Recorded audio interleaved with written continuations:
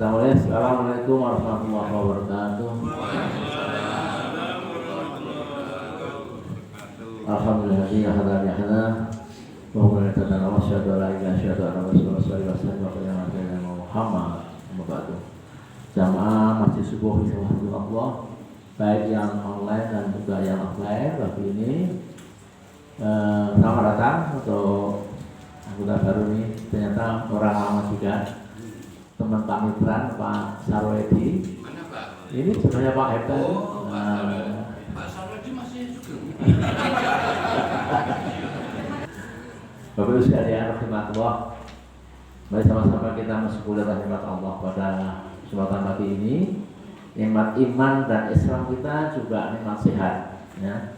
Ada dua kenikmatan manusia yang sering dilalaikan dan baru ingat ketika terhalang, yaitu nikmat waktu dan sehat. Ketika dia sakit, aku kangen nasi subuh nih semua. Tapi kalau saya sebenarnya lali nih. Ya Pak Nur, itu banyak seperti itu. Itulah sifatnya manusia. Jadi kita bersyukur pada hari ini. Nikmat Allah betul-betul kita dapat laksanakan, ya. Sehat kita lakukan untuk perjalanan dari rumah ke istiqomah. Kemudian juga waktu luang ini, ya. Dan ibu-ibu yang bapak-bapak yang ada di Jakarta, di Banten, dan beberapa kota besar yang hari ini juga ikuti lewat online, terima kasih. Kalau kita memahami sedikit saja bahwa hadisnya jelas. Nabi berkata, Ra'at al-Fadri gimana? Khairu niatunya ba'ta fiha. Itu kira-kira kalau kita terjemahkan bahwa waktu subuh itu waktu yang paling mahal di antara 5 waktu yang lain. Subuh, zuhur, asar, maghrib, isya. Paling mahal itu subuh. Ya. Enak ngorok kurung adzan, ya. Ya semoga ya masuk tutup lagi, tutup kupingnya ben tak mau adzannya turun lagi. Nah. Atau ada yang jam 2 nonton bal-balan, kalau adzan pun nunggu istirahat, sholat deh, baru lain lagi bal-balan lagi. Nah, model begitu banyak sekali, tapi itu nggak ada di sini, insya Allah. Nah, di sini termasuk yang dapat dunia, bahkan isinya itu kita dapatkan semuanya. Doa al-Fadri, dunia, ya khairu biya. Jadi jauh lebih banyak dapat dari apa yang di dunia isinya. Ada orang bertanya, ya Ustaz, kalau seandainya saya sholat subuh dalam ngasih ini akan mendapatkan dunia dan isinya, lah kapan dapatnya itu? Nek kamu dikasihkan di dunia, kamu akan mampu mengelola, ya kan mau mengelola, gimana? Garasimu paling 2 mobil, nek dikasih 1000 mobil, apa juga?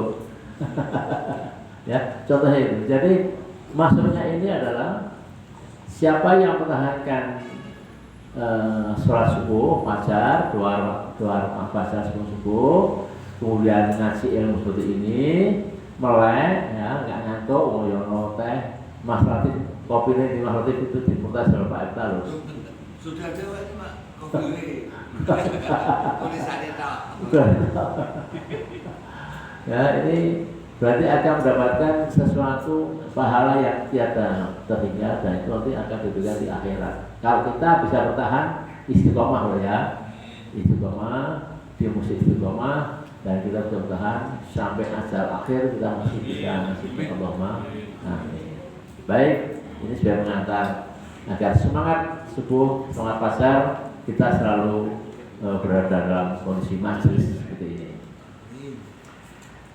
Hari ini kita membahas sesuai dengan usulan Bu Ida, karena Bu Ida mana ya? Enggak ada. Ya, Jumatil Akhir apa yang dikerjakan Jumatil Akhir ini? Ya, di antara mencoba mengangkat judul kontemplasi diri. Jadi setiap diri, setiap jiwa kita ini cobalah berpikir merenung Marah terhadap apa? Terhadap mungkin ciptaan Allah, terhadap diri kita ini sejauh mana kita sudah berbuat untuk Allah. Nah, ya. Apakah kita termasuk umatnya Muhammad yang disebut dengan ulul azmi, ya ulul azmi, ulul azmi, ya. Karena ulul azmi itu hanya didapatkan oleh 5 rasul, ya. Nah kita ini termasuk yang dapat warisan ulul azmi, kelihatan yang 10%, ya Pak Eka, yang 10%. Jadi kita akan bicara masalah apa saja. Yang utama ini adalah kontemplasi diri ya, karena waktunya yang mungkin terbatas. Kita akan bicara masalah kontemplasi diri. Nah, ini banyak, tapi yang saya ambil yang nomor 2 saja. Karena Jumadil Akhir sudah paham, itu berarti musim salju, musim dingin, musim membeku itu di Arab ya. Nah, saat ini musim dingin. Dan nomor 3, Desember tahun baru Masehi kita sudah sering bicara, ya. Kira ya, Pak Nur, nampak Pak Nur? Betah kacamata? Kok merem-merem? Itu faktor U, Pak. Ya. Kemudian yang Nasrani itu lonceng, ya tandanya. Kemudian kalau Yahudi itu trompet, Majusi itu api. Itu terjadi nanti tanggal 1 Desember. Malam 1 Desember itu akan terjadi itu. 1 Januari. Oh, 1 Januari 2004 itu nanti akan terdengar lonceng, kemudian trompet, api dinyalakan lewat kembang api.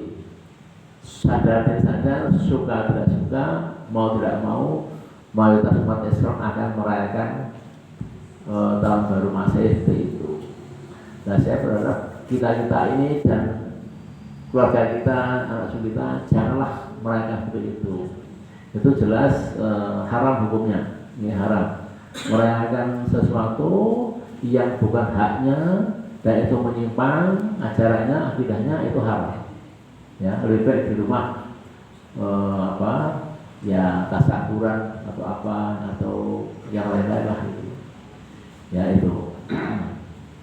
Ini jadi yang nomor 6 ya, tasabuh. Tasabuh itu apa? Meniru sesuatu yang kita sendiri tidak paham dan itu menyangkut akidah. Pakai trompet berarti kita meniru agama Yahudi. Menyalakan api, kembang api itu kita meniru orang Majusi. Kalau kita lonceng pakai api berarti itu orang Nasrani. Ya sebenarnya kita punya identitas sendiri sebagai orang Muslim, punya diri sendiri. Ya kita mungkin pengajian seperti ini, tasakuran ya, itu yang perlu kita sampaikan sekalian. Jadi kita akan konsentrasi pada hari ini adalah kontemplasi diri terhadap diri kita sesuai mana yang sudah kita perbuat untuk akhirat kita, terutama untuk akhirat kita. Ya. Kita buka saja. Kontemplasi itu dalam bahasa Arab tafakur. Kontemplasi itu dalam bahasa Arab tafakur. Ya. Apa tafakur? Ya. Dari bahasa Latin compressio, artinya merupakan sebuah aktivitas untuk berpikir, merenung agar pikiran kita jernih, agar kita sehat, ya. Terhadap diri kita, keluarga kita, dan lingkungan kita ini, terutama hablum minallah wa hablum minannas. Ini penting sekali tafakur ini ya, kontemplasi ini penting sekali. Kenapa? Karena kalau kita melakukan tafakur itu akan ingat dosa-dosa kita, kesalahan-kesalahan kita dalam beribadah, mungkin dalam sesuatu bermuamalah itu juga kita banyak melakukan kesalahan, dan juga dalam syariat akidah kita salah, berarti kita akan bisa memperbaiki setelah kita melakukan tafakur. Ya. Dalam Islam, kontemplasi menjadi aktivitas istimewa dalam Islam ya, yang pada Al-Quran subjek tersebut diberikan predikat sebagai ulul albab. Jadi tafakur, orang bertafakur, orang berkontemplasi diri itu berarti dia seorang termasuk orang ulul albab, ya. Orang yang berakal, orang berakal. Jadi sekarang ini banyak orang mengatakan aliran akal sehat yang digas oleh filsuf Indonesia apa itu Rocky Gerung akal sehat ya, jadi orang-orang yang berakal sehat itu kira-kira ya. Kemudian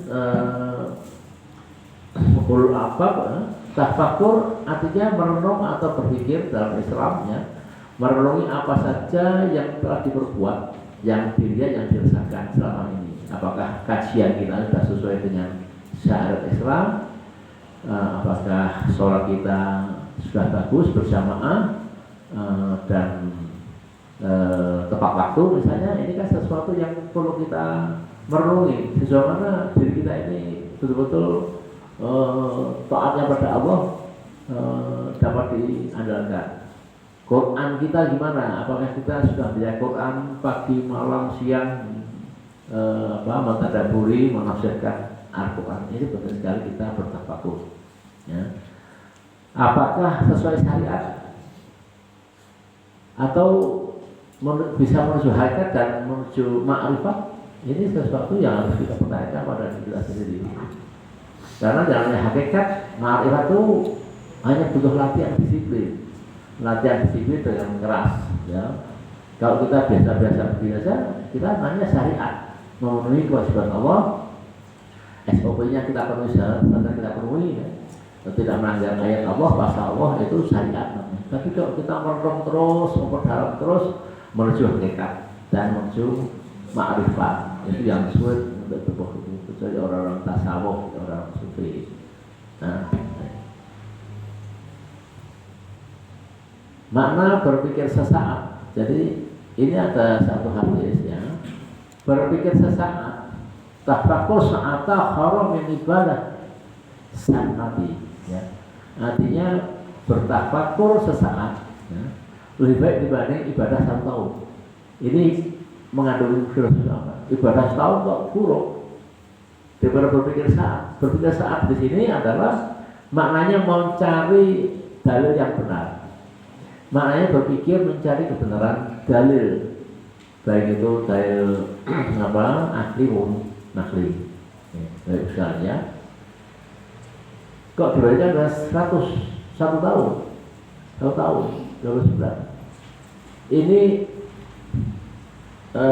dimisalkan orang itu sholat terus, tapi seperti yang di share Pak Tayyib, ya pernah nge-share Pak Tayyib, mana Pak Tayyib pernah nge-share di masjid subuh kalau di mana dia nge-share sholat di masjid, tapi menurut beliau itu nggak benar sholatnya.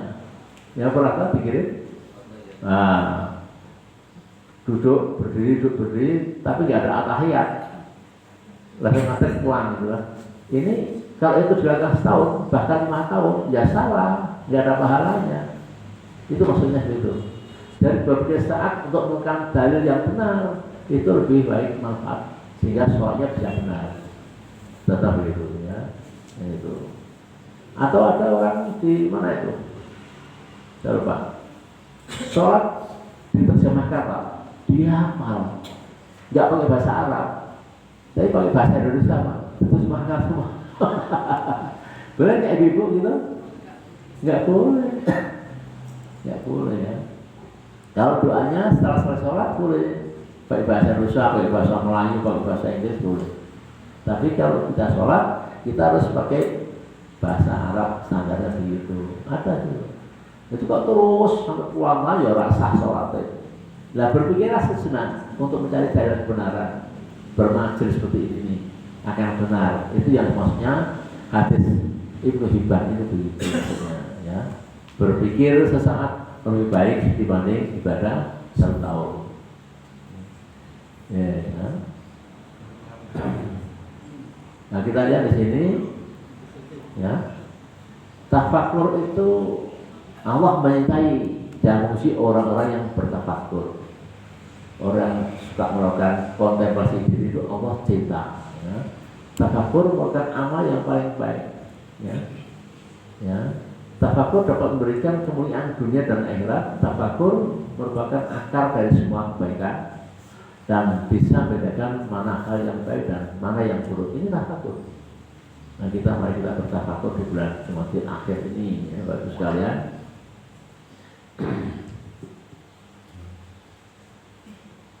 Nah kemudian selanjutnya landasan kita melakukan tafakur atau kontemplasi diri ini Al-Quran Al-Baqarah 152 ya. Fadkuruni adkurku waskuruni walatakkurun. Itu yang pertama ya, dasarnya itu. Ya, fadkuruni apa itu? Ingatlah kepadaku kata Allah. Adkurkum, aku pun akan ingat padamu kata Allah. Ya. Waskuruni walatakkurun, dan bersyukurlah. Ya, jangan ingkar. Itu kan maksudnya begitu ya. Karena ingkar pada Allah itu, ingkar nikmat Allah itu bisa tidur ikut berat, siksanya berat sekali, masya Allah. Maka bagi Bapak Ibu sekalian yang online dan juga offline, ya, ada rezeki sedikit, ya kita bagi untuk kebersamaan, ya, kepada sahabat saya. Punya ilmu ya kita bagi-bagi sama-sama, ya. Yang manfaatnya untuk orang banyak. Itu ya, jadi jika kita ingat pada Allah, fadkuruni adkurkum, aku pun akan ingat padamu. Artinya ini sangat mendalam nih. Ketika kita dapat rezeki, alhamdulillah, ini tak potong 10% buat takmir masjid, buat yatim piatu ini, kan? Ceritanya saya dapat ceritanya habis bingung. Aku belum masih pada Allah, belum mengisi pinjaman pada Allah. Ini yang nggak boleh. Ya. Jadi ibarat segitu di pono-pono ya. Ibu tahu di pono-pono? Budaya oh di pono-pono. Bagi-bagi ya. Ini tadi Pak, saya bisa nanya minumnya apa kayak? Jahe. Hah?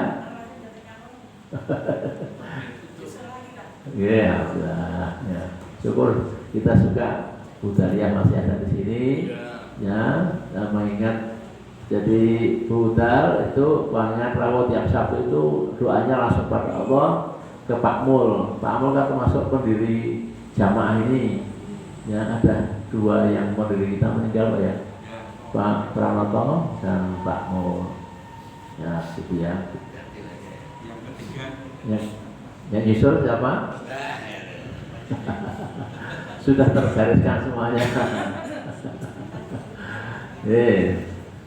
Kemudian juga Al-Imran 190. Ini juga kita ngajak suruh tafakur, apa suruh kita kontemplasi diri. Apa itu? Ulil albab inna fi khalqis samawati wal ardh wa ikhtilafil laili wan nahari ayat ulil albab. Orang yang berurunya berpikir cerdas itu disebut ulil albab dan harus bisa melakukan tafakur ya. Sehingga dalam penciptaan langit dan bumi dan silih bergantinya malam dan siang terdapat tanda kebesaran Allah bagi orang yang berakal. Itu kira-kira ya kelandasan kontemplasi atau tafakur. Kemudian kontemplasi yang sukses atau tafakur yang sukses diantaranya satu, menemukan kembali. Jadi setelah kita bertafakur itu ada pertama yang menemukan kembali jati diri, dengan kata lain yaitu menemukan siapa diri kita sebenarnya. Jadi diri kita ini, kita adalah makhluk manusia yang lemah, yang tidak bisa berbuat apapun tanpa ridho Allah, tanpa pertolongan Allah. Ya, ini yang pertama. Yang kedua, memulihkan kembali kapasitas yang terunda. Maksudnya apa ini? Jadi setelah kita merenung, berpikir, kontemplasi, tafakur, menemukanlah hal-hal yang kurang baik kita tinggalkan. Kita ganti dengan yang baik. Sholatnya, mungkinnya, infak, sedekah, zakatnya, misalnya, baca doanya, silaturahminya. Ini kapasitas yang hilang. Maka kita penuhi dengan melalui tafakur. Ya. Itu. Yang ketiga, memaksimalkan kelebihan yang dimiliki, baik dengan cara mengembangkan bakat maupun mengikuti berbagai pelatihan. Ya, jadi memaksimalkan kelebihan. Kita punya kelebihan apa? Ya, banyak sih orang kelebihannya, kelebihan harta, kelebihan ilmu, tenaga pikiran, kita kelebihan semuanya. Maka kita salurkan, ya kita distribusikan kepada yang membutuhkan terhadap ilmu, harta kita, dan tenaga pikiran kita. Ya. Kemudian merencanakan masa depan setelah kita tafakur, ya, berikan kapasitas baru yang muncul hasil tafakur sehingga seorang akan menjalani ibadah lebih terarah, nggak salah-salah, ya, terarah. Ini yang saya maksudkan. Kemudian kalau kita lihat, mungkin ini penting untuk kita kesimpulannya, ya, kesimpulan dari apa yang kita bahas ini. Tasawuf dalam kontemplasi, banyak orang melakukan tasawuf, ya, atau sufi-sufi itu selalu banyak melakukan kontemplasi diri, tafakur, mendalam sehingga dia ketemulah hakikat dan makrifatnya, ya. Itu karena hasil dari tafakur, dari kontemplasi itu menemukan hakikat dan makrifat yang pernah saya tanya di beberapa waktu lalu, ya.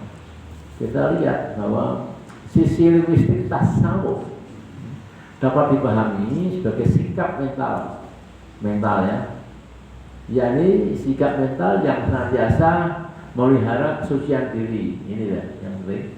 Suci diri ini berat sekali, ya, sehingga ibadah sempurna, menjalankan kehidupan dengan sederhana, sikap rela berkorban untuk kebaikan semua pihak. Ini tasawuf. Dan dia sendiri berkorban, misalnya dirinya berkorban, orang lain yang tidak berkorban, kita berikan mungkin ilmu kita dan tenaga kita, harta kita, itu orang-orang tasawuf. Dan kebiasaan itulah akan menjadikan dia ketemu hakikatnya, ketemu ma'rifatulnya, ketemu dia. Nah, itu kira-kira, ya, pada pagi ini dari kasih cerita. Kita akan jumpa lagi Sabtu tahun depan. Tahun depan, ya. Ya, Bapak Ibu yang di online, kita akan lagi Sabtu tahun depan, ya. Karena ini terakhir di bulan Desember, betul? Desember terakhir. Nah, Januari nanti kita ketemu. Demikian, mohon maaf. Untuk selanjutnya kita mengajak kepada forum, ada elaborasi dalam rangka kontemplasi diri. Wassalamualaikum warahmatullahi wabarakatuh. Saat pun